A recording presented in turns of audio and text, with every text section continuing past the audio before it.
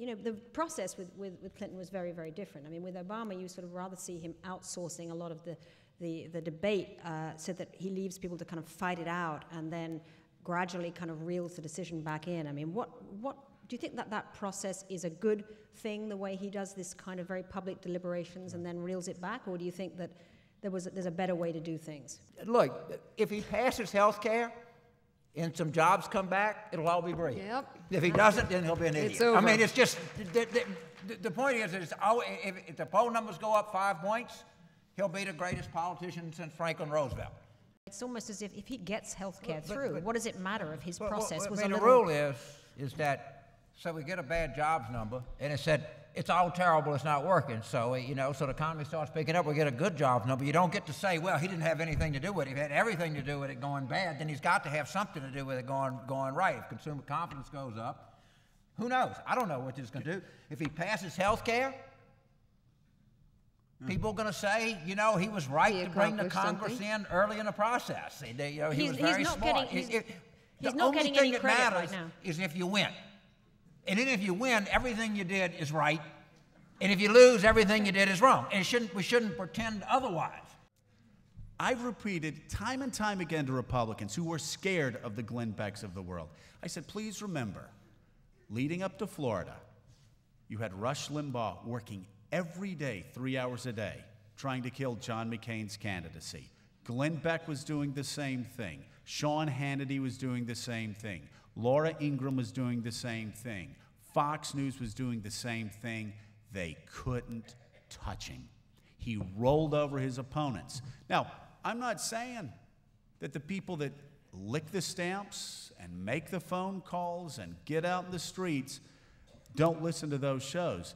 I'm saying, and I've seen it firsthand, that's not where the middle of the Republican Party is. That's not where 60, 70% of the Republican Party is. That's 15, 20%. And I've seen it Mika, on the ground, knocking on doors in one of the most conservative districts in America. You can tell crazy people to go to hell, and I have found it is always an astute political move. But I still think... And let's introduce the topic, too, about what has happened to public discourse in the era of the 24/7 and internet blogosphere environment. This is, I mean, I'm not sure. Look, I love watching you. I love hearing you. I love blogging.